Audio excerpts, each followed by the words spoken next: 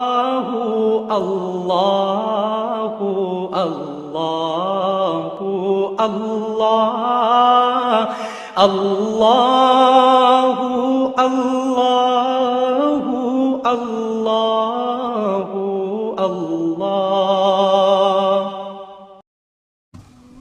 حضرت علی کو خدا کہنے والے پیدا ہوئے کہ نہیں؟ بتائیے نا، کیا وجہ ہے کہ علی کو خدا کہنے والے پیدا ہوئے لیکن محمد کو خدا کہنے والا پیدا نہیں ہوا صلی اللہ علیہ وسلم ورضی اللہ تعالی عنہ؟ بہت اہم بات ہے، غور کیجئے گا اس میں۔ حالانکہ حضرت علی کا رتبہ کہاں، حضور کا کہاں؟ آج بھی آپ دیکھیے، آپ کے جاہل عوام کے زبان پر نعرہ یا علی مدد کا ہوتا ہے، یا محمد مدد کسی نے کہا آج تک؟ یہ یا محمد لکھنے کے کام آتا ہے صرف، وہ مسجد پہ لکھ دو تاکہ پتہ چل جائے یہ فلاں فرقے کی مسجد ہے، دوسرا خود ہی بھاگ جائے وہاں سے۔ یہ صرف اس کام کے لیے ہے۔ باقی جہاں اصل میدان میں بات آتی ہے، کوئی نعرہ لگاتا ہے یا محمد مدد، محمد کا رتبہ اونچا یا علی کا، تو ان سے کیوں نہیں مدد مانگی؟ یہ سوالات آپ کے سامنے رکھ رہا ہوں میں۔ پھر یہ کہ جس طریقے سے کہ غوث اعظم کو پکارا جاتا ہے، کیا محمد کو پکارا جاتا ہے؟ کیا نسبت ہے؟ حضرت علی تو پھر بھی صحابی ہے، خلیفہ چہارم ہے، حضور کے چچا داد بھائی ہے، داماد ہے۔ غوث اعظم تو بہرحال وہ نسبت تو نہیں ہے۔ دیکھیے، میں اس کا تعلق جوڑتا ہوں ختم نبوت سے۔ جس طرح اللہ نے خصوصی حفاظت فرمائی ہے قرآن کی، اسی طرح خصوصی حفاظت فرمائی ہے محمد الرسول اللہ کی۔ یہ اسپیشل پروٹیکشن ہے، ورنہ نہیں ہو سکتی تھی۔ یہ خصوصی تحفظ ہے اللہ کا۔ یہاں بگاڑ پیدا ہو جائے تو صحیح کون کرے گا؟ اب حضرت مسیح کی اصل حقیقت تو حضور نے آگے بتا دی۔ ذالک عیسی ابن مریم قول الحق الذی فیہ یمترون ما کان للہ ان یتخذ ولدا سبحانہ۔ یہ حضور نے آ کر حضرت مسیح کی حقیقت بیان کر دی کہ نہیں؟ سورہ مریم کی یہ آیات سنی تھی نجاشی رحمت اللہ علیہ نے جب حضرت جعفر ابن ابی طالب کی زبان سے، تو کیا کہا تھا تنکا اٹھا کر؟ خدا کی قسم، جو ان آیات میں مسیح کا مقام بیان ہوا ہے، مسیح اس سے تنکا بھر بھی زیادہ نہیں ہے۔ لیکن اگر محمد الرسول اللہ کو خدا کا بیٹا بنا دیا گیا ہوتا یا خدا بنا دیا گیا ہوتا تو کون آتا اس کی اصلاح کے لیے؟ جیسے قرآن مجید کا تحفظ ہے، ایسے ہی محمد الرسول اللہ کا تحفظ ہے۔ وہ تحفظ ہوا کیسے ہے؟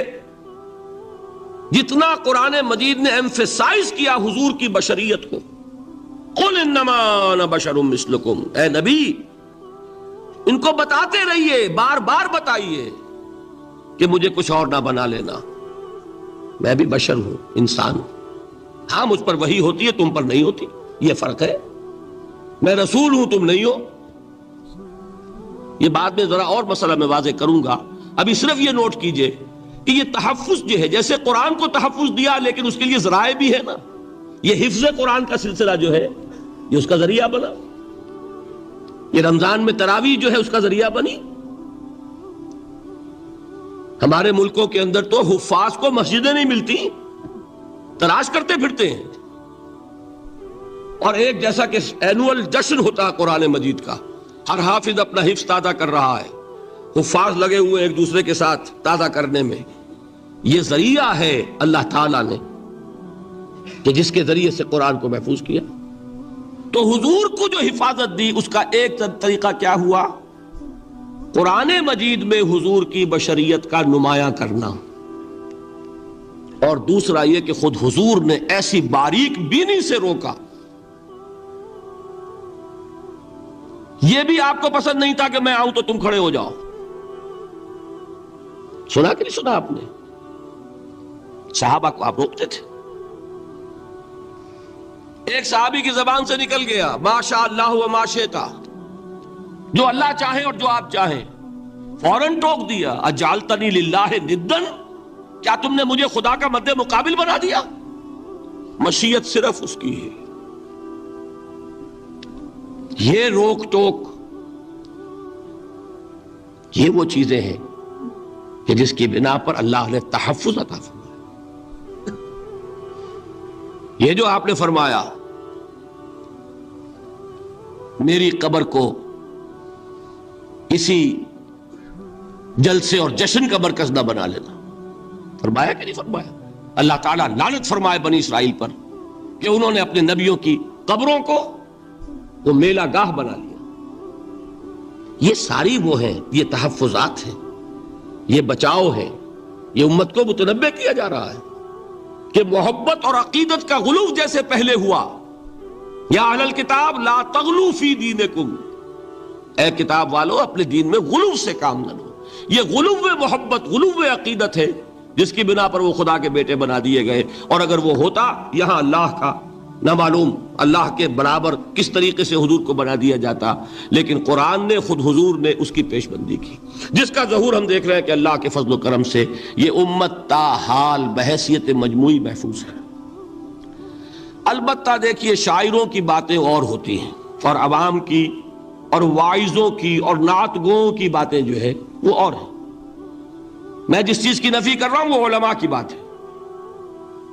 شاعروں کا تو قرآن مجید کے اندر خود ہی بھاڑا پھوڑ دیا اللہ نے. وَالشُّعَرَاءُ يَتَّبِعُهُمُ الْغَاوُونَ أَلَمْ تَرَ أَنَّهُمْ فِي كُلِّ وَادٍ يَهِيمُونَ إِنَّهُمْ يَقُولُونَ مَا لَا يَفْعَلُونَ. مبالغہ نہ کریں تو شعر میں رنگ ہی پیدا نہیں ہوتا. پھر شعر کائے کو کہنا ہے نثر کہو بھائی. مبالغے سے اس میں ایک تاثیر پیدا ہوتا ہے. وہ مبالغے ہمارے شاعروں نے ہمارے نعت گوؤں نے کیے ہیں، اور اس میں اللہ تعالیٰ انہیں معاف کرے بالکل اوتار کر الفاظ بھی استعمال کر دیے. وہی جو مستوی عرش تھا خدا ہو کر اتر پڑا وہ مدینے میں مصطفیٰ ہو کر. بتائیے رام چندر جی کے بارے میں جو عقیدہ ہے، اب کیا فرق رہ گیا؟ بال برابر فرق ہے یہاں کوئی؟ اور نکتے پیدا کرتے ہیں. مدینے کی مسجد میں منبر کے اوپر بغیر عین کا ایک عرب ہم نے دیکھا. کیا سمجھ میں آیا؟ عرب میں سے عین نکالا، کیا بنا؟ یہ نکتہ آفرینی ہے. اسی طریقے سے ہماری شاعری میں کچھ ہماؤست کا رنگ بھی پیدا ہو گیا. خود کوزاؤ، خود کوزا کرو، خود گلے کوزا، خود رند سبو کش، خود برسر آکوزا خریدار بے آمد بشکست و رواں شد.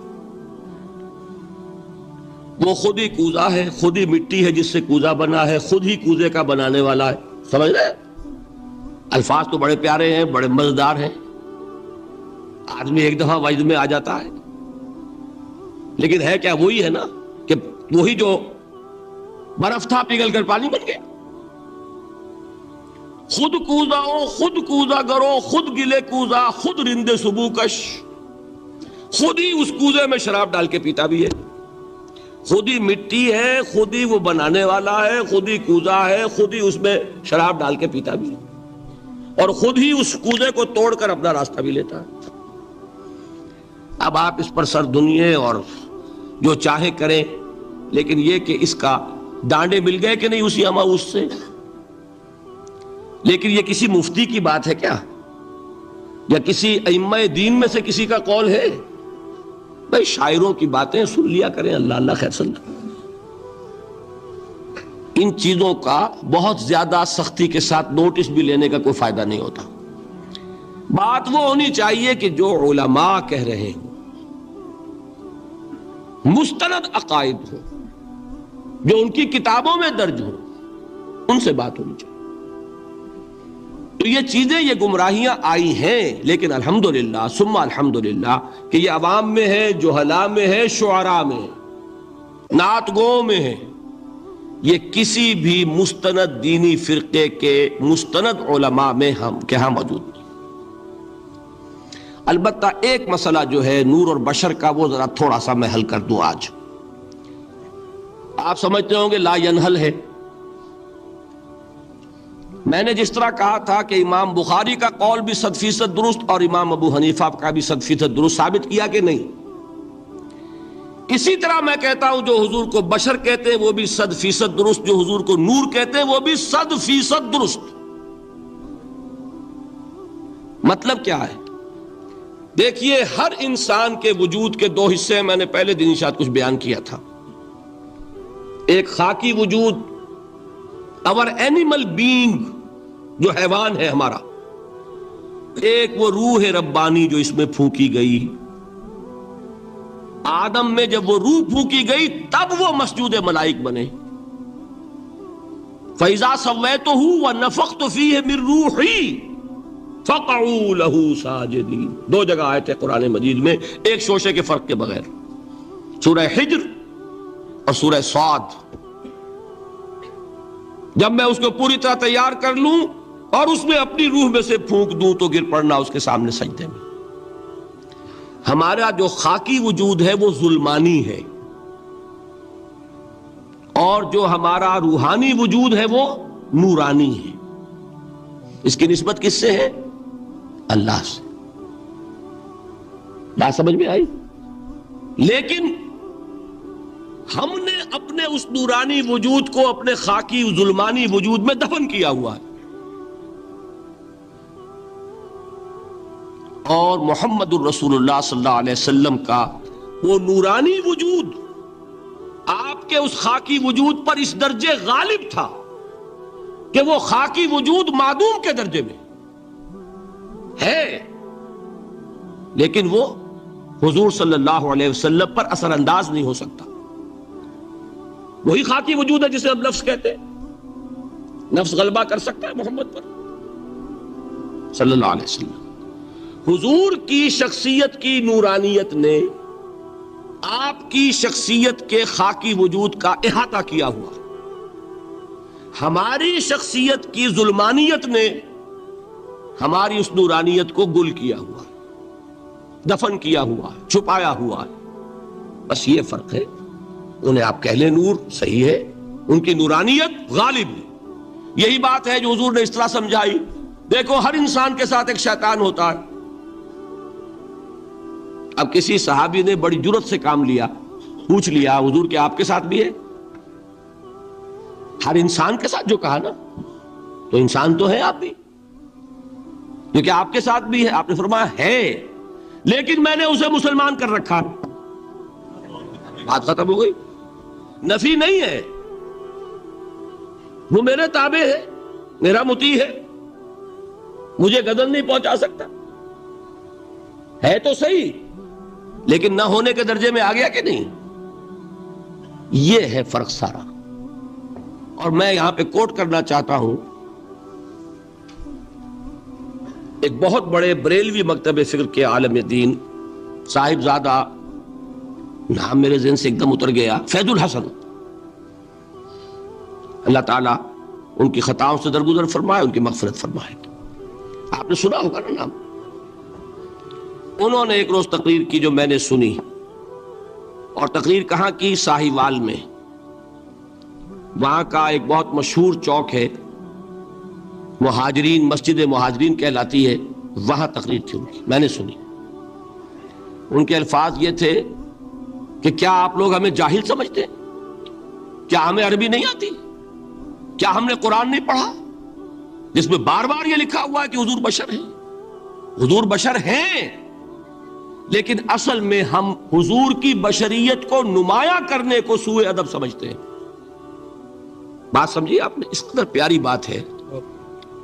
انہوں نے کہا کہ آپ کے باپ کا نام کیا ہے؟ عبد الرحمن۔ آپ عبد الرحمن کہہ کے پکارتے ہیں انہیں؟ ابا جان۔ ابھی آپ نے وہ آیات سنی، حضرت ابراہیم نے اپنے مشرک باپ کو یا ابت ہے، یا ابت ہے، بڑا پیارا ترجمہ کیا، ابا جان، ابا جان۔ کیا نام لیں گے؟ آپ کے باپ کا نام ہے، نام نہیں لیتے آپ، کیوں؟ ادب کی وجہ سے۔ اسی وجہ سے ہم در حقیقت حضور کی بشریت کو نمایاں کرنے کو سوء ادب سمجھتے ہیں، ورنہ کوئی ہم جاہل ہیں، ہمیں عربی نہیں آتی، ہم نے قرآن نہیں پڑھا، ہم جانتے ہیں کہ وہ بشر۔ بات سمجھ میں آئی؟ کتنی آسانی سے مسئلہ حل ہوتا، بشرطے کہ نیت حل کرنے کی ہو۔ آخر آمنہ کے بیٹے ہیں، عبداللہ کے بیٹے ہیں، عبد المطلب کے پوتے ہیں، بچپن آپ پر گزرا ہے، لڑکپن آپ پر گزرا ہے، نوجوانی آپ پر آئی ہے، جوانی آپ پر آئی ہے، شادی آپ نے کی ہے، اولاد آپ کی ہے، کون بے وقوف احمق ہوگا کہ جو آپ کی بشریت کا انکار کرے گا؟ لیکن یہ کہ جس طریقے سے اس کو بیان کیا جاتا ہے وہ ایک مسئلہ بن گیا اختلافی، وہ رد و قضا اور کھینچ تان، اور اس میں بھی سمجھ لیجئے مثلکم پر جو ایمفیسس بعض حضرات دے دیتے ہیں اپنے توحیدی جو ان کے اندر ایک مزاج ہے، اللہ تعالیٰ ان کے مزاج کو اور پختہ کرے، لیکن اس میں بھی مبالغہ کیا جاتا ہے۔ ایک حدیث مجھ سے سنیے جس میں حضور نے مثل کا انکار کیا۔ مثلکم کا مطلب اگر کسی نے یہ سمجھا کہ بالکل ہم جیسے ہیں تو بہت بڑی مغالطے میں۔ حضور صوم وصال سے منع فرماتے تھے، خود رکھتے تھے۔ صوم وصال کیا ہے؟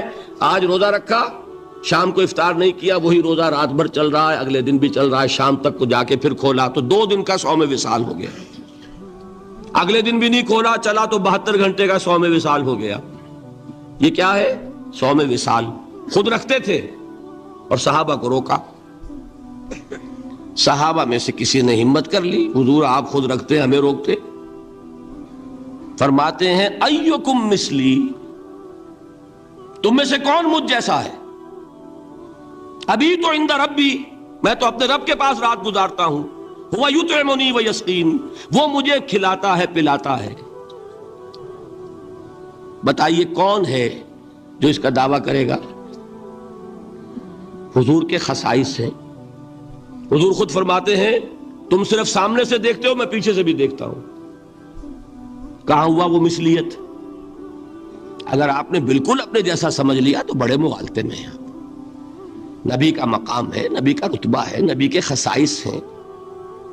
آپ سو گئے تو آپ کی نیند، آپ کی وضو ٹوٹ گئی اور نبی سو گیا تو کہاں گئی مثلیت؟ گئی مثل اس معنی میں کہ بشر ہیں، نسل آدم سے ہیں، اس میں کوئی شک نہیں، اس معنی میں مثل ٹھیک ہے، قل انما انا بشر مثلکم، لیکن ہر اعتبار سے تو نہیں۔ سب سے بڑا فرق یہی ہے کہ وہی آ رہی ہے، معراج پہ تشریف لے گئے ہیں، اس دنیا میں بیٹھے ہوئے بھی جنت کا مشاہدہ فرما لیتے ہیں، کرا دیا جاتا ہے، دوزخ کا مشاہدہ کرایا جاتا ہے،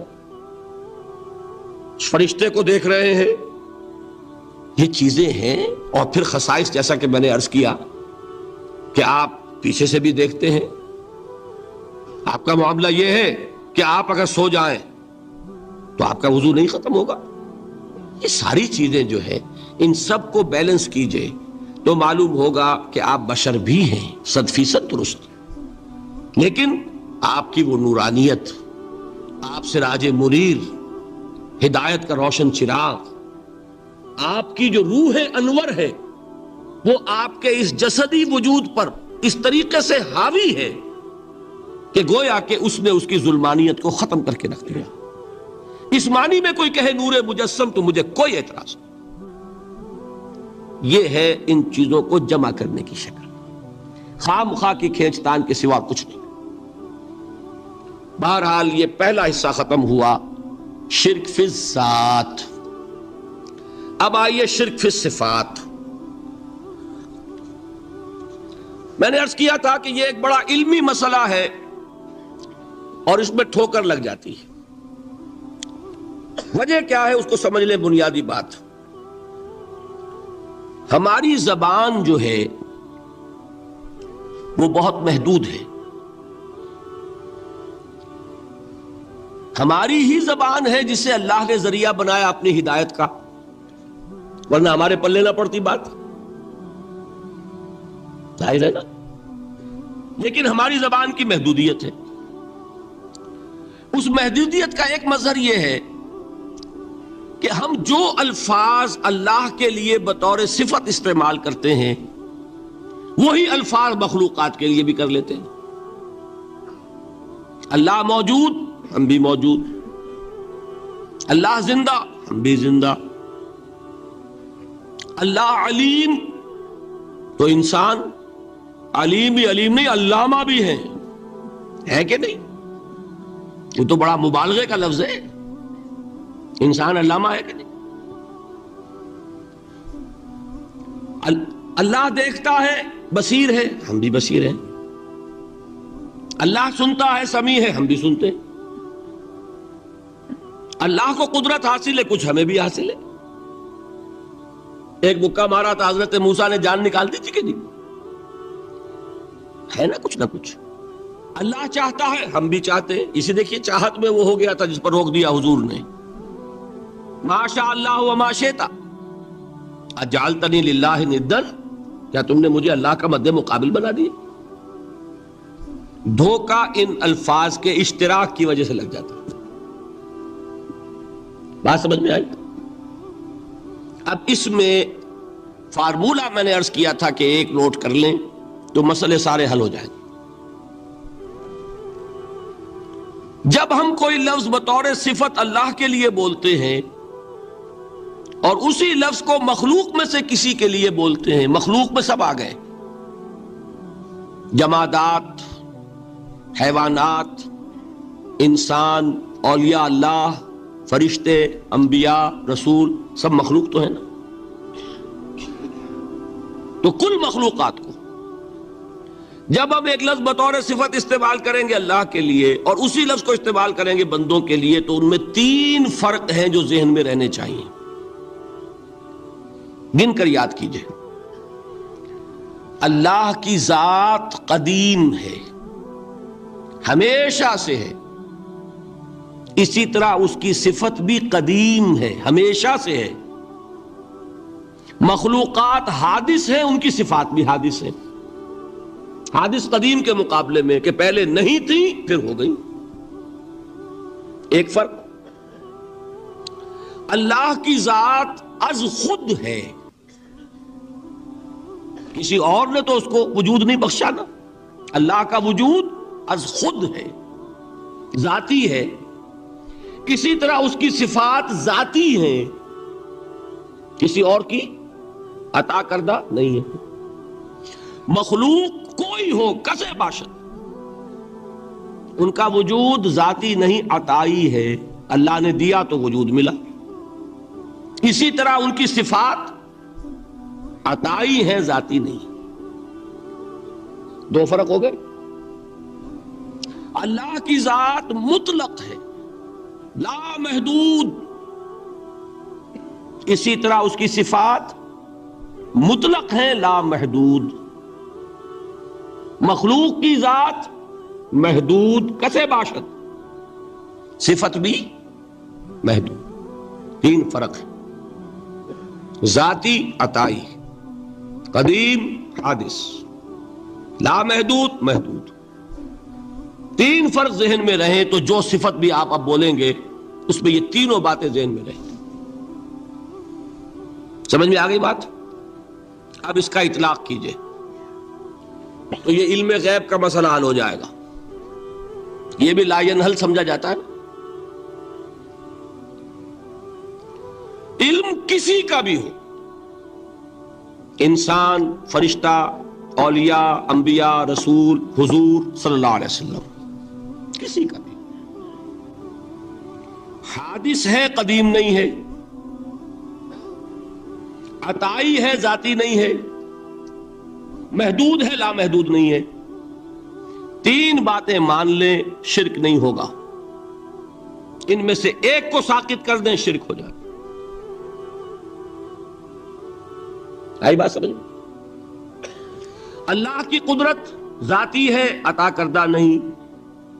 مخلوق میں جس کو قدرت حاصل ہے وہ عطائی ہے، ذاتی نہیں۔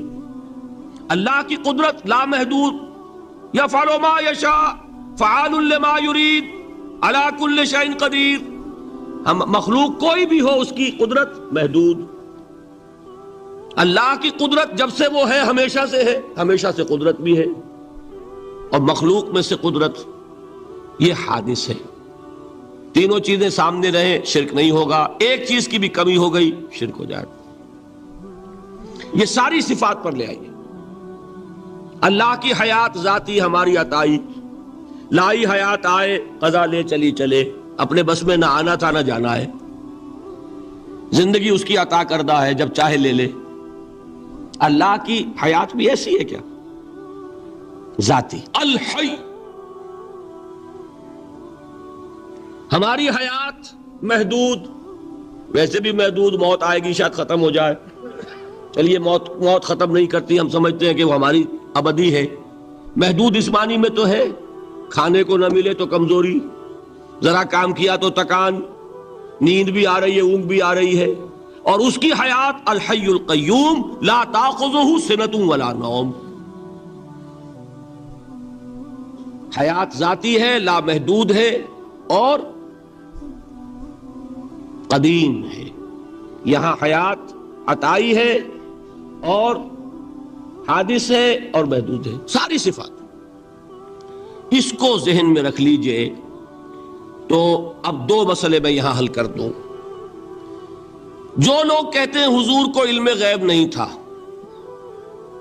اور جو کہتے ہیں تھا، بدقسمتی سے دونوں نے ڈیفینیشن علیحدہ کر لی. جو ڈیفینیشن نفی کرنے والوں نے کی ہے اس کی وجہ سے، اس کے اعتبار سے واقعتاً نہیں تھا. انہوں نے ڈیفینیشن یہ کی ہے، تعریف یہ کی ہے، وہ علم جو خود حاصل ہو جائے. اللہ کا عطا کردہ علم جو ہے وہ کہتے ہیں وہ غیب نہیں ہے. تو وہ بھی مانتے ہیں کہ ہر علم جو حضور کو حاصل ہے وہ اللہ کا عطا کردہ. میں سائی والی میں یہ سارے مرحلے میں نے طے کیے نا اپنے زمانہ طالب علمی میں. مولانا منظور احمد شاہ صاحب ہیں سائی وال میں ایک، میں ان کے پاس حاضر ہوا. میں نے کہا جی یہ مسئلہ کیا ہے علم غیب کا، مجھے ذرا سمجھائیں. انہوں نے ایک کتاب اپنی نکالی کہ دیکھیے صاحب، ہم حضور کے علم کے بارے میں یہ باتیں مانتے ہیں. حضور کا علم حادث ہے، قدیم نہیں ہے. حضور کا علم محدود ہے، لا محدود نہیں ہے. حضور کا علم عطا کردہ ہے، ذاتی نہیں. میں نے کہا یہ تین باتیں اگر آپ مان لیں تو میرا تو جھگڑا کوئی نہیں آپ سے. ہوتا کیا ہے جب آئیں گے وعظ میں، خطابت میں، تو عالم ما کان وما یکون، اب الفاظ وہ استعمال کر جائیں گے. ایک واعظ ہے، عام مقرر ہے، واہ واہ ہوتی ہی نہیں، نعرے لگتے ہی نہیں، محفل میں گرمی آتی نہیں جب تک کہ ایسے مبالغے نہ کریں. لیکن وہ چیز لکھی ہوئی ان کے ہاں ہے کہ حضور کا علم حادث ہے، قدیم نہیں ہے. حضور کا علم محدود ہے، لا محدود نہیں ہے. حضور کا علم عطائی ہے، ذاتی نہیں ہے. ان تینوں چیزوں کے بعد کوئی بڑے سے بڑا وہابی اور بڑے سے بڑا اہل حدیث بھی انکار نہیں کرتا. باقی یہ بات جان لیجئے کہ غیب اور حضور یا شہادہ یہ در حقیقت عام انسانوں کے اعتبار سے الفاظ استعمال ہوئے. جب قرآن میں کہا جاتا عالم الغیب والشہادہ، اللہ غیب اور جو ظاہر ہے یا موجود ہے سب کا جاننے والا ہے، تو مجھے بتائیے اللہ کے لیے کوئی غیب ہے؟ اللہ کے لیے کوئی شے غیب ہے؟ تو کیوں کہا جا رہا ہے عالم الغیب والشہادہ؟ وہ ہمارے اعتبار سے کہا جا رہا ہے. جو تمہارے لیے غیب ہے اللہ اس کو بھی جانتا ہے، اور جو تمہارے سامنے اللہ اسے بھی جانتا ہے. اللہ کے لیے تو کل شہادہ ہے. کسی شے کا لا یعزب عنہ مثقال ذرۃ فی السماوات والارض، آسمانوں اور زمین کا ایک ذرہ بھی اس سے غائب نہیں ہوتا. غیب کا وجود کیا اللہ کے لیے؟ تو یہ الفاظ مستعمل ہے ریلیٹو ہمارے اعتبار سے، اور ہمارے اعتبار سے جو شے غیب ہے اس میں سے ایک حصہ اللہ دیتا ہے نبی کو، تبھی تو نبی بنا. فرشتے کو دیکھا، فرشتہ ہمارے لیے غیب ہے. جنت دکھائی کہ نہیں دکھائی، ہمارے لیے غیب ہے کہ نہیں ہے. دوزخ کا مشاہدہ کرایا کہ نہیں کرایا، ہمارے لیے وہ غیب ہے کہ نہیں ہے.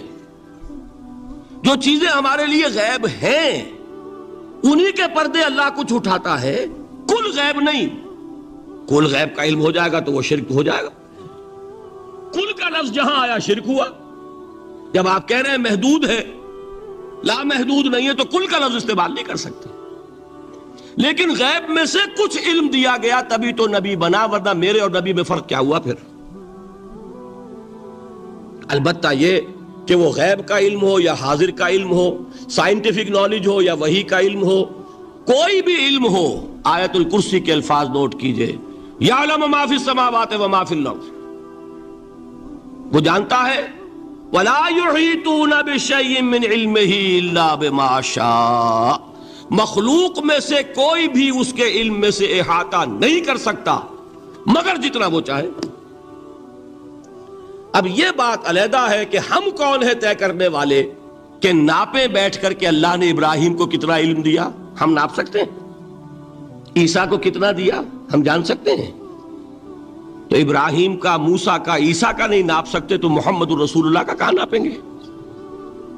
یہ پاگل پن ہے، یہ ہے جو غلطی ہوتی ہے۔ ہم کون ہے طے کرنے والے؟ اللہ نے اپنے نبی کو دیا جو دیا، بات ختم۔ کل نہیں کہیں گے، کل کہا شرک ہو جائے گا، ذاتی کہا شرک ہو جائے گا۔ عطائی ہے، جو دیا اللہ نے دیا، اور کل نہیں دیا، جتنا چاہا دیا، ہے حادث قدیم نہیں۔ تینوں چیزوں مان لیجئے تو شرک کا کوئی شائبہ نہیں۔ باقی جہاں ایک طرف قرآن میں وہ آیات ہیں کہ اللہ کے غیب کو کوئی نہیں جانتا، ٹھیک، وہاں یہ بھی ہے کہ لا یظہر غیبہ، لا یظہر علی غیبہ الا من ارتضی بالرسول، وہ اپنے غیب پر قابو نہیں دیتا مگر اپنے رسول میں سے جس کو چاہے۔ یہ دونوں آیتیں قرآن کی ہے کہ نہیں؟ اسی لیے در حقیقت جو غیب کی نفی کرتے ہیں حضور سے، وہ کہتے ہیں کہ از خود معلوم ہونے والی شے غیب ہے۔ ہم کہتے ہیں از خود تو کوئی بھی شے کسی کو معلوم نہیں، ہمیں حاضر کا علم بھی اللہ ہی دیتا ہے تو ہوتا ہے، غیب کا تو بہت دور کی بات ہے۔ یہ مسئلے بڑے سیدھے ہیں، خام خواہ ہم نے پیچیدہ بنایا ہوا ہے۔ خدا کے لیے ان مسئلوں کو سلجھائیے اور جوڑیے، کاٹنے کی بجائے جوڑنے کی فکر کیجیے کہ بھائی یہ اپنی اپنی جگہ پر علیحدہ علیحدہ تم نے تعریفیں کر رکھی ہیں اس لیے جھگڑ رہے ہو، ورنہ دونوں باتیں صحیح ہیں۔ ایک مسئلہ ذرا اور زیادہ علمی ہے، میں ذرا پریشان ہو رہا ہوں کہ وقت زیادہ ہو رہا ہے۔ وہ مسئلہ ہے وحدت الوجود کا۔ ہمارے بہت سے صوفیہ وحدت الوجود کے قائل ہیں، اور ہمارے کچھ لوگ جو معترض ہیں وہ وحدت الوجود اور ہمہ اوست کو کنفیوز کر دیتے ہیں، ایک سمجھ لیتے ہیں۔ ہمہ اوست میں بیان کر چکا ہوں کہ بدترین شرک ہے، وحدت الوجود اور شے ہے، باریک بات ہے، سمجھ میں نہیں آتی عام لوگوں کے، سادہ ترین الفاظ میں آپ کو سمجھاتا ہوں۔ ایک نظریہ یہ ہے کہ اللہ ہی نے یہ روپ دھار لیا، یہ ساری چیزیں بالفعل موجود ہیں، یہ بھی ہے، یہ بھی ہے، یہ بھی ہے، اور یہ سب اللہ ہی ہے۔ یہ بدترین شرک ہے، شرک فی الذات۔ ایک لوگوں کی رائے یہ ہے کہ یہ کچھ ہے ہی نہیں، یہ سراب ہے۔ سراب میں کیا ہوتا ہے؟ آپ کو پانی نظر آتا ہے نا؟ ہوتا ہے پانی؟ نہیں۔ ہر چند کہے کہ ہے، نہیں ہے، ہے ہی نہیں، بس اللہ ہی ہے، یہ ہے ہی نہیں۔ دیکھیے ایک شعر ہے، کل ما فی الکون وہم او خیال او عکوس فی المرایا او ظلال، اس کائنات میں جو کچھ ہے یا تو وہم ہے یا خیال ہے، یا جیسے شیشے میں عکس ہوتا ہے، آپ ادھر کھڑے آئینے کے نظر آ رہے ہیں، ادھر بھی ہے، ادھر کوئی نہیں، یا جیسے سایہ ہوتا ہے، سایہ درخت کا سایہ زمین پر پڑ رہا ہے، اس کا کوئی وجود ہے؟ تو ایک رائے یہ، آپ اس سے اختلاف کریں، اسے پاگل پن کہہ دیں، کیا بیوقوفی کی بات کر رہے ہیں؟ جو چاہے آپ کہہ دیں، شرک نہ کہیے۔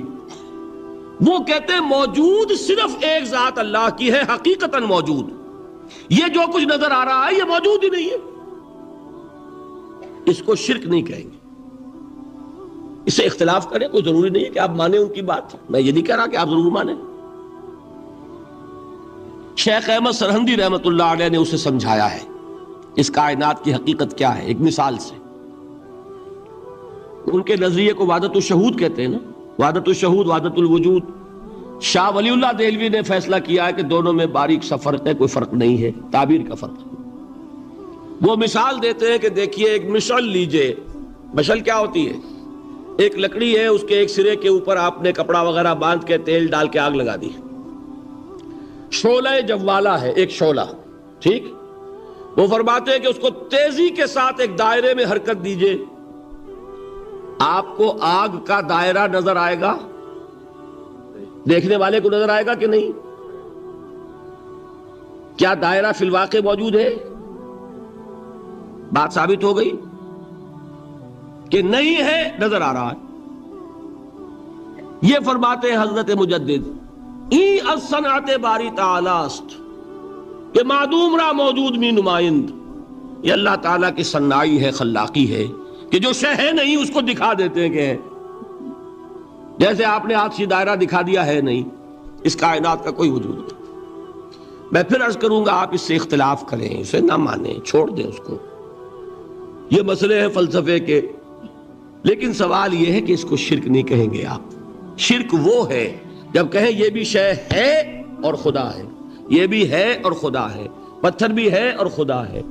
جب یہ کہا جائے گا یہ ہے ہی نہیں، صرف خدا ہے، تو در حقیقت اس کو شرک نہیں کہیں گے، یہ وحدت الوجود ہے، یونٹی آف بینگ۔ اب اس کو میں ایک اور اعتبار سے سمجھا دوں گا تو مجھے امید ہے اللہ تعالیٰ اس کو آپ پر کھول دے گا۔ دیکھیے، ایک ہمارا علم، ایک اللہ کا علم، ٹھیک؟ جب تقابل کریں گے تو کیا کہیں گے؟ اللہ کے علم کے مقابلے میں ہمارا علم ہے ہی نہیں، ٹھیک؟ اللہ کی قدرت کے مقابلے میں ہماری قدرت زیرو، اللہ کی مشیت کے مقابلے میں ہماری مشیت کچھ نہیں۔ وما تشاؤون الا ان یشاء اللہ، تم چاہ بھی نہیں سکتے جب تک کہ اللہ نہ چاہے۔ تو کیا ہوئی؟ خاک ہوئی۔ یہی آتے ہیں نا جو حدیث جس میں کہ دعا استخارہ حضور نے تلقین فرمائی، اور صحابہ فرماتے ہیں کہ حضور نے ہمیں اس طرح سکھائی یہ دعا استخارہ جیسے قرآن سکھایا۔ اس میں الفاظ کیا ہیں؟ فَإِنَّكَ تَعْلَمُ وَلَا أَعْلَمُ وَتَقْدِرُ وَلَا أَقْدِرُ، اے اللہ تجھے قدرت حاصل ہے، مجھے کوئی قدرت حاصل نہیں۔ اگر ظاہری الفاظ پر جائیں گے تو یہ تو خلاف واقعہ بات ہے۔ کیا حضور کو کوئی علم حاصل نہیں تھا؟ یا تو حضور فرما رہے فَإِنَّكَ تَعْلَمُ وَلَا أَعْلَمُ، یا چلیے اگر کوئی اور عام انسان کہتا ہے میں نہیں جانتا، تو کیا کوئی علم حاصل نہیں اسے؟ کچھ نہ کچھ علم تو ہے نا۔ لیکن اللہ کے علم کے مقابلے میں وہ نہ ہونے کے برابر ہے۔ اسی طریقے سے سمجھ لیجئے اللہ کے وجود کے مقابلے میں اس کائنات کا وجود نہیں ہے۔ بات ختم ہو گئی، مسئلہ صاف ہو گیا۔ حقیقی وجود صرف اللہ کا ہے، یہ اعتباری ہے، یہ ٹرانزینٹ، آل از چینج، پینٹا رائم، بدل رہی ہے ہر شے، کسی چیز کو ثبات نہیں۔ آپ ایک لمحے پہلے جو آپ تھے وہ آپ، ایک لمحے بعد وہ آپ نہیں ہیں، بدل گئے آپ۔ ایک تسلسل ہے آپ کا کہ آپ سمجھتے ہیں کہ آپ وہی ہیں کہ جو آج سے 10 سال پہلے تھے۔ کیا آپ وہی ہیں؟ بدل چکے، خون پورا بدل چکا، نہ معلوم کتنی دفعہ بدل چکا، کھال بدل چکی۔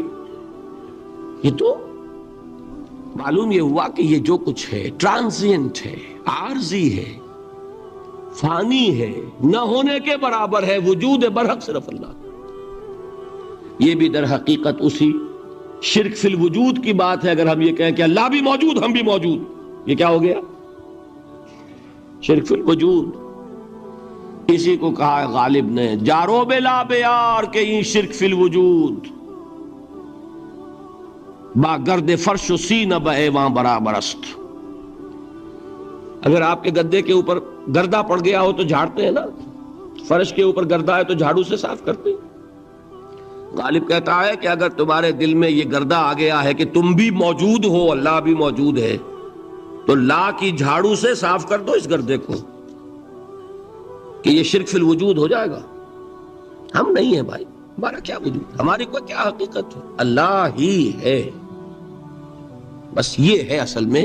پھر میں عرض کروں گا، کوئی قبول کرے نہ کرے، اسے گمراہی کہے، اس کو جھوٹ کہے، اسے پاگل پن کہے، میں نہیں جھگڑوں گا، لیکن شرک نہیں کہہ سکتے آپ اس کو. شرک وہ ہماوست ہے، اس میں اور اس میں زمین و آسمان کا فرق.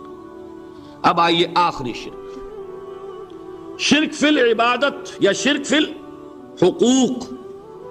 اللہ کے حقوق کے لیے ایک لفظ استعمال کریں گے تو وہ کیا ہے؟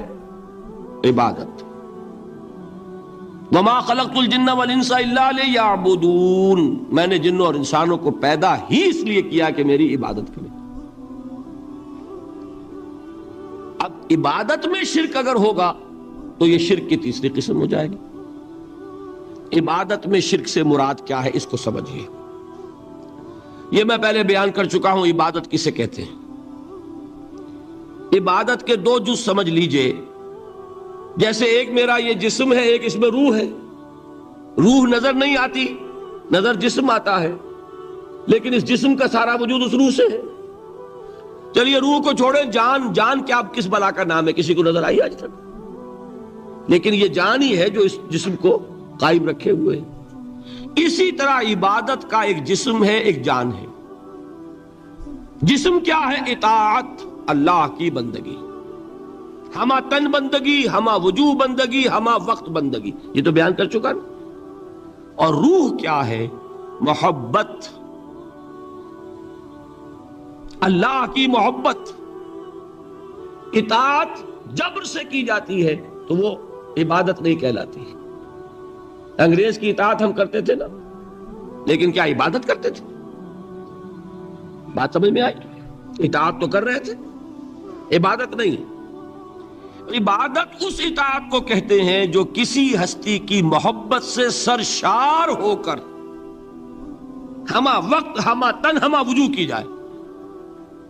تو جسد ظاہری کیا ہے عبادت کا؟ اطاعت. اور روح کیا ہے؟ محبت. اب ان دونوں کے اعتبار سے شرک کیا ہے، توحید کیا ہے، اس کو سمجھ لیجئے. اور یہ ہیں وہ چیزیں جو میں نے عرض کیا تھا کہ بالکل الجبرا کے فارمولوں کی طرح کی بات ہے. اطاعت میں توحید کیا ہے کہ مطاع مطلق صرف اللہ، ٹھیک، باقی ساری اطاعتیں اللہ کی اطاعت کے تابع. نفی نہیں ہے، والدین کی اطاعت کرو، لیکن جہاں والدین حکم دیں اللہ کے حکم کے خلاف، بات ختم، اطاعت نہیں ہوگی. بیوی شوہر کی اطاعت کرے، آپ اولو الامر کی اطاعت کریں، شاگرد استاد کی اطاعت کرے، مرید پیر کی اطاعت کرے، لیکن کیا پیر کو یہ بھی حق ہے کہ اللہ کے کسی حکم کو منسوخ کر دے؟ رسول کے کسی حکم پر اپنے حکم کو ور کرے، بالا تر رکھے؟ سمجھ میں آ گیا؟ اصول کیا ہے کہ اطاعت مطلق، unconditional, unlimited obedience is due only to Allah. All the other obediences are limited by His injunctions. اس کو حضور نے کیسے بیان کیا؟ لا طاعت لمخلوق فی معصیت الخالق. مخلوق میں سے کسی کی اطاعت نہیں ہوگی جس میں خالق کی معصیت لازم آ رہی. جہاں اللہ کا کوئی حکم نہیں ہے آپ میرا حکم مان لیجئے، یہ شرک نہیں ہوگا. جہاں اللہ کا حکم ہے اس کے خلاف میں حکم دوں اور آپ مان لیں تو یہ شرک ہو جائے. بات سمجھ میں آ گئی کہ نہیں؟ اب اس کو اپلائی کیجئے.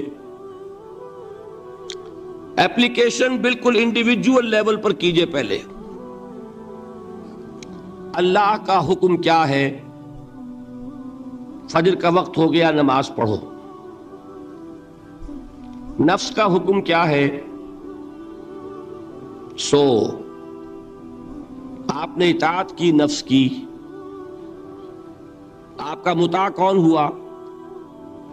نفس. اور اللہ کی معصیت میں ہوا کہ اس کے حکم کے تابع ہوا، تو آپ کا نفس کیا بن گیا؟ آپ کا خدا، معبود. یا غلطی ہے اس میں کوئی؟ اس شرک کو پہچانیے ذرا. کون بچے گا؟ آپ بات سمجھ رہے؟ اگر تو وہ فارمولہ صحیح ہے تو پھر یہ اپلائی ہو گیا. اب آپ کے اندر اتنی ہمت ہونی چاہیے، یا یہ سوچئے کہ فارمولے میں غلطی ہے. یو کین ریفر بیک، آئیے دوبارہ دیکھیے، فارمولہ صحیح ہے. لا طاعت لمخلوق، میرا نفس مخلوق ہے کہ خالق ہے؟ مخلوق. میں نے اپنے نفس کی اطاعت کی اپنے خالق کی معصیت میں، تو میرا مطاع کون ہوا؟ نفس. جو مطاع ہے وہی معبود ہے، میرا معبود کون ہوا؟ نفس. اس کو کہتے ہیں مولانا روم، نفس ما ہم کم ترس فرعون نیست، لیکن اورا عون ایرعون نیست. میرا نفس بھی فرعون سے کم نہیں ہے. فرعون نے کیا کہا تھا کہ یہ مملکت میری ہے مصر کی، یہاں میرا قانون چلے گا. الیس لی ملک مصر، کیا مصر کی حکومت میری نہیں ہے؟ میں نہیں جانتا کون اللہ کون رسول، کیا حکم صحیح کیا غلط، میرا حکم چلے گا. تو میرا نفس بھی تو یہی کہتا، میں نہیں جانتا کیا اللہ کا حکم کیا رسول کا حکم، میری مرضی پوری کرنی پڑے گی، میری خواہش، میری چاہت، میری تمنا وہ پوری کرنی پڑے گی. اور ہم ہاتھ جوڑ کر اس کے آگے کھڑے ہو جائیں کہ بھائی ٹھیک ہے جو تیری مرضی، اللہ کی مرضی پیچھے تیری مرضی پہلے. تو معبود کون ہوا؟ نفس ما ہم کم ترس فرعون نیست، لیکن اورعون ایرعون نیست. ٹھیک. قرآن سے سند چاہیے. قرآن نے فرمایا ارائیت من اتخذ الہہ ہواہ، کیا تم نے دیکھا اس شخص کو جس نے اپنے خواہش نفس کو اپنا الہ بنا رکھا ہے؟ الہ کا لفظ وہ ہے جو آپ کے کلمہ طیبہ میں ہے، کہہ رہا ہے لا الہ الا اللہ، اور تسبیح پڑھ رہا ہے لا الہ الا اللہ، اور جب فارغ ہوتا ہے تو نفس کو فوراً معبود بنا لیتا ہے. ارائیت من اتخذ الہہ ہواہ، کیا تم نے دیکھا اس شخص کو جس نے بنا لیا اپنی خواہش نفس کو اپنا معبود. اچھا، اسی کو میں اب ٹاپ پر لے جا رہا ہوں، درمیان میں فل ان دی بلینکس آپ کر لیجئے گا. یہ میں نے کہا تھا انڈیویجول میں. اب آئیے کلیکٹیو لائف جو ہے، قومی زندگی، اس میں سب سے اونچی چیز کیا ہوتی ہے؟ کسی بھی ریاست کا دستور. دستور میں کیا بات طے ہوتی ہے؟ اولین کہ حاکمیت کس کی ہے. ٹھیک. اگر آپ نے کہا جمہور کی حاکمیت ہے، کسی نے کہا فلاں خاندان کی حاکمیت ہے، کیا ہوا؟ یہ ہوا کہ نہیں؟ گھبرا کیوں رہے ہیں؟ پکڑے نہیں جائیں گے. بات تو صحیح کہیے. قرآن کیا کہتا ہے؟ ان الحکم الا للہ. قرآن کی آیت ہے کہ نہیں؟ یہ نہیں ہے کہ تمہارا کوئی اختیار نہیں، تمہارا اختیار ہے، تم قانون سازی کر سکتے ہو، but with in the limits of the injunction of the Quran and the sunnah. اگر تم نے حاکمیت مطلقہ کا دعویٰ کیا، جو چاہوں حکم دوں، جو چاہے ہم قانون بنائیں، تو یہ حاکمیت مطلقہ ہے، اور یہی اس دور کا سب سے بڑا شرک ہے. قبر پرستی کا شرک سب کو معلوم، یہ شرک نہیں معلوم. جمہوریت ان اٹس ایسنس اس دنیا کا سب سے بڑا شرک ہے اس دور کا. Human sovereignty in any form, individual ہے تو شرک، اگر وہ پاپولر سوورنٹی ہے تو شرک، کوئی فرق نہیں واقع ہوتا. اقبال نے ایسی باتیں جو کہی ہیں وہ اصل میں اس دور کے شرکوں کو پہچانا اقبال نے، اس لیے کہ اس دور کے فلسفوں کو علماء نے پڑھا نہیں. وہ سطحی طور پر جو الفاظ ہیں ان سے کچھ بات سمجھ لیتے ہیں، گہرائی میں اتر کر فلسفہ کیا ہے، حاکمیت کسے کہتے ہیں، جمہوریت کسے کہتے ہیں. جمہوریت is popular sovereignty, know limits. جو بھی لیجسلیٹو اتھارٹی ہے عوام کے نمائندے جو قانون چاہے بنائیں، وہ ہم جنسی کو جائز کرنا چاہے اختیار ہے، دو مردوں کو میاں بیوی کی حیثیت سے لائسنس دے رہنے کے لیے، لیگل لائسنس جائز ہے، قانون ان کا مرضی ہے جو چاہے بنائے. They don't accept any limitation to their legislative authority. We are sovereign. کیا مطلب؟ ہم جو چاہے قانون بنائیں. یہی تو شرک ہے. کیا کہا اقبال نے؟ ہم نے خود شاہی کو پہنایا ہے جمہوری لباس، جب ذرا آدم ہوا ہے خود شناس و خود نگر. ابلیس کا ایک چیلا کہتا ہے کیوں گھبراتے ہو جمہوریت و سے؟ وہی بادشاہی ہے، ہم نے اس کو جمہوری لباس پہنا دیا ہے. پہلے ایک آدمی بادشاہ ہوتا تھا، ایک ہوتا تھا فرعون، اب ساری قوم فرعون ہے. وہ فرعون کہتا تھا نا کہ میں جو چاہوں قانون بناؤں. I don't accept any limitation to my authority. Well, I am the sovereign. آج عوام کہتے ہیں فرق کیا ہو گیا؟ میں نے کہا تھا نا کہ 2 ٹن گندگی تھی، وہ ایک کے سر پہ رکھی ہوئی تھی، آپ نے ماشا ماشا سب کو بانٹ دی، تو گندگی رہے گی، شرک تو شرک رہے گا. کوئی فرق نہیں نوعیت کے اعتبار سے. ہاں بادشاہت بھی ہو سکتی ہے جائز، اگر بادشاہ خود اللہ کا بندہ ہے، اللہ کے احکام کا پابند ہے اور اللہ کے احکام کو نافذ کر رہا ہو. داؤد بادشاہ تھے کہ نہیں؟ سلیمان بادشاہ تھے کہ نہیں؟ جمہوریت بھی ہو سکتی ہے جائز، بشرطے کہ جمہور یہ تسلیم کر لیں کانسٹیٹیوشن میں کہ ہمارا اختیار محدود ہے اللہ اور اس کے رسول کے احکام سے. اب وہ اسلامی جمہوریت ہو جائے. اسلامی بادشاہت تھی داؤد کی اور سلیمان کی. اسلامی جمہوریت اللہ کرے کہ واقعتاً حقیقتاً کسی ملک میں قائم ہو جائے، آج تک تو ہے نہیں، لیکن یہ کہ ہو جائے تو وہ اس دور کا تقاضا ہے. لیکن یہ کہ اگر ہے وہ بات کہ حاکمیت مطلقہ ہے عوام کی، تو گویا کہ عوام نے خدائی کا دعویٰ کیا. سروری زیبا فقط اس ذات بے ہمتا کو ہے، حکمراں ہے ایک وہی باقی بتان آزری. جو کوئی بھی حاکمیت کا مدعی ہے وہ آزر کا تراشا ہوا ایک بت ہے، وہ فرد ہو یا عوام ہو، قوم ہو. ہاں اللہ کو حاکم مطلق مان کر اس کے احکام کے اندر باہمی مشورے سے ایک نظام چلانا، یہ ہوگا صحیح اسلامی نظام. سمجھ میں آئی بات؟ اب آئیے دوسری چیز، محبت میں توحید کیا ہے؟ توحید فی المحبہ.